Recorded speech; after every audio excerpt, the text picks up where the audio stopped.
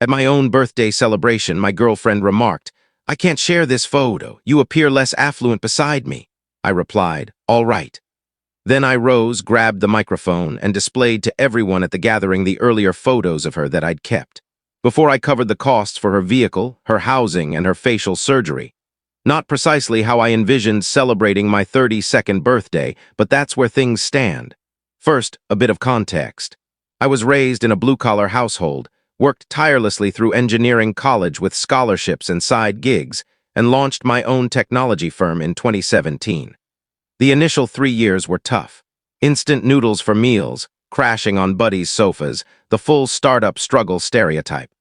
But toward the end of 2020, we created a cybersecurity tool that attracted interest from big-name customers, and abruptly, finances stopped being a worry.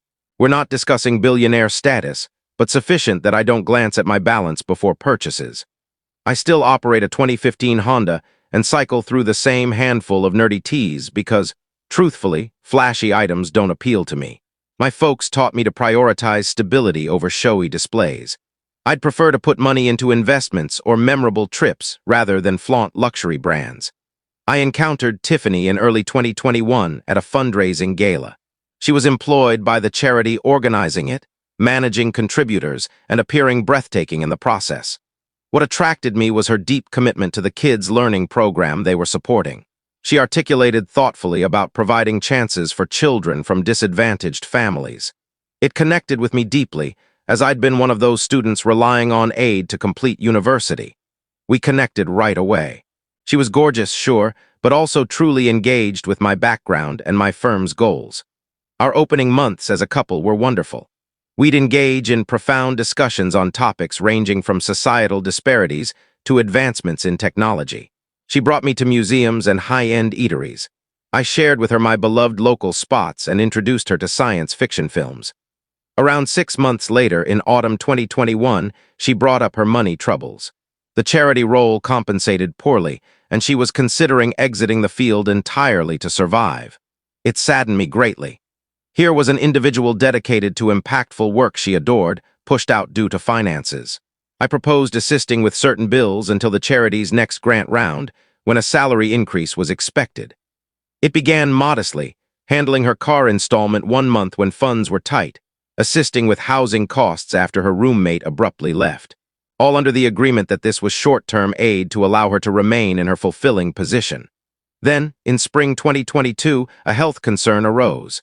She'd long felt self-conscious about her nose, damaged in a teen accident. Her insurance declined to cover the repair, labeling it elective. She experienced real discomfort, including difficulty breathing and recurring sinus issues. Witnessing her suffering, I volunteered to fund the procedure. It wasn't a difficult choice. I possessed the resources to ease the pain of someone I loved. By summer 2022, her charity faced a major donor loss and reduced workforce. Tiffany was crushed. She relocated to my home during her search for new employment, and I assisted in securing a dependable vehicle since her previous one failed repeatedly amid job hunts. The agreement was under my name due to her credit history, allowing for superior terms. Once more, these felt like contributions to our shared future, not charity. I could manage it comfortably, and it appeared the proper way to support a loved one in hardship. By early 2023, she secured a position at an advertising firm with improved compensation but reduced purpose. She expressed a desire for independent living again, which made sense. Our cohabitation had stemmed from circumstance, not preference.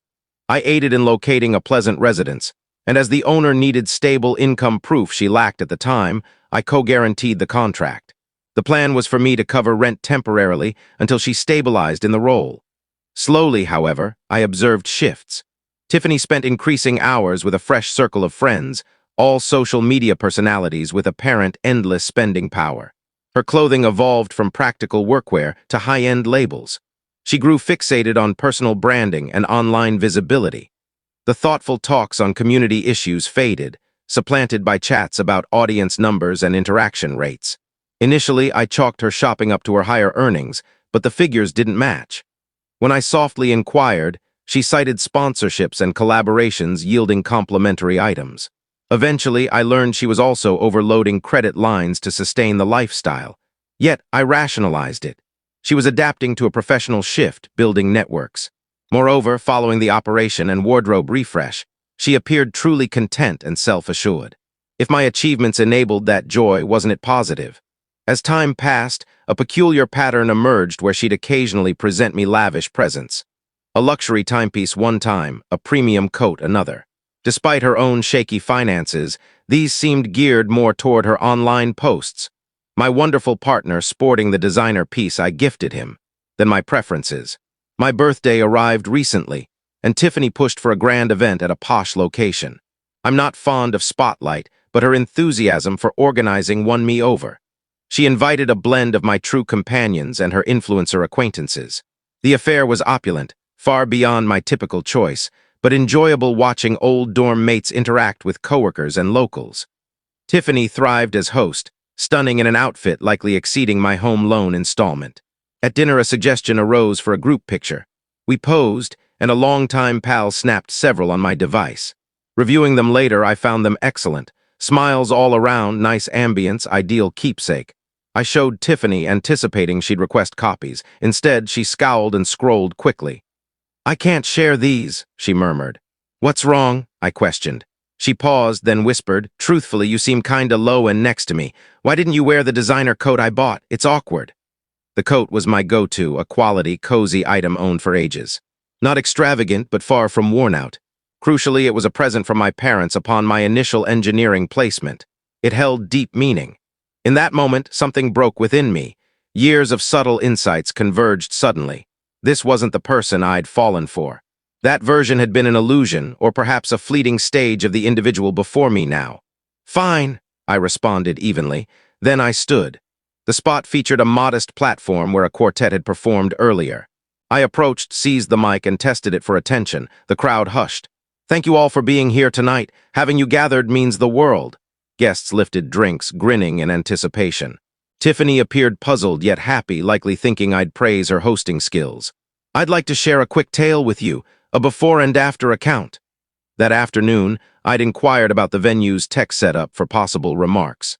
They demonstrated connecting my device to their display, confirming functionality. I linked my phone to the system. The big screen activated with an image of Tiffany from our beginning. Stunning as always, but authentically so. Slightly asymmetrical nose, everyday outfits, authentic grin. "This is the lady I fell in love with 2 years back," I stated. Dedicated to improving education access, brimming with compassion and insight. I advanced to another early shot. Tiffany in casual pants and top at a service project, refreshing a classroom in a needy district. This is who devoted weekends to upgrading facilities in struggling neighborhoods, convinced every child merits an inspiring learning space. Tiffany's face shifted from bewilderment to dread. She began approaching the platform. I continued swiping, revealing her old beat-up sedan with taped repairs. This was her ride. Not glamorous, but she cherished it as a symbol of her independent earnings from charity work.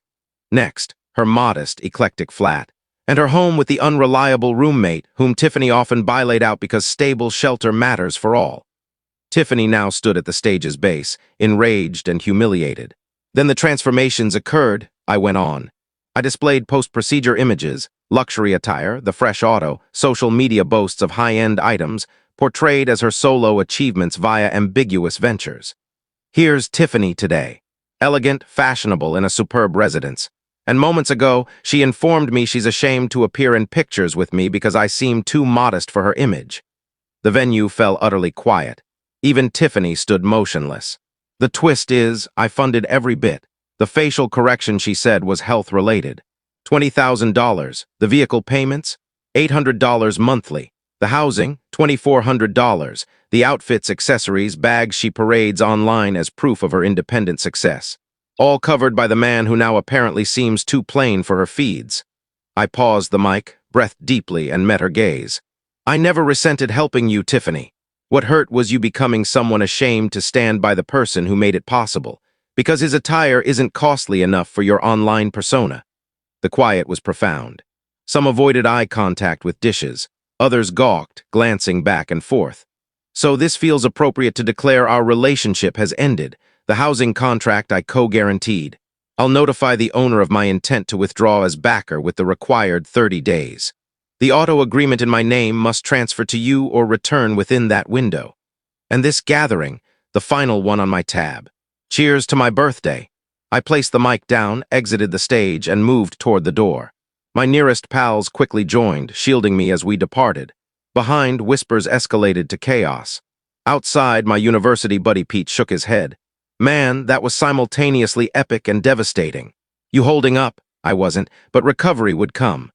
Tiffany flooded my messages for the following 2 days, cycling through sorrowful regrets, harsh blame, and pleading negotiations. I blocked her on the 3rd. Via shared contacts, I learned she'd uploaded an emotional video claiming I controlled her through finances, and then shamed her openly. It didn't garner the support she anticipated, particularly with party attendees commenting their versions of events. Returning home after a short stay elsewhere, I saw she'd removed most belongings. She'd been dividing time between places for months, slowly shifting to hers as work improved, so little remained. Nonetheless, I updated locks and had my attorney prepare documents detailing the separation of finances. 2 weeks have passed. I've consulted legal counsel to ensure clean disentanglement.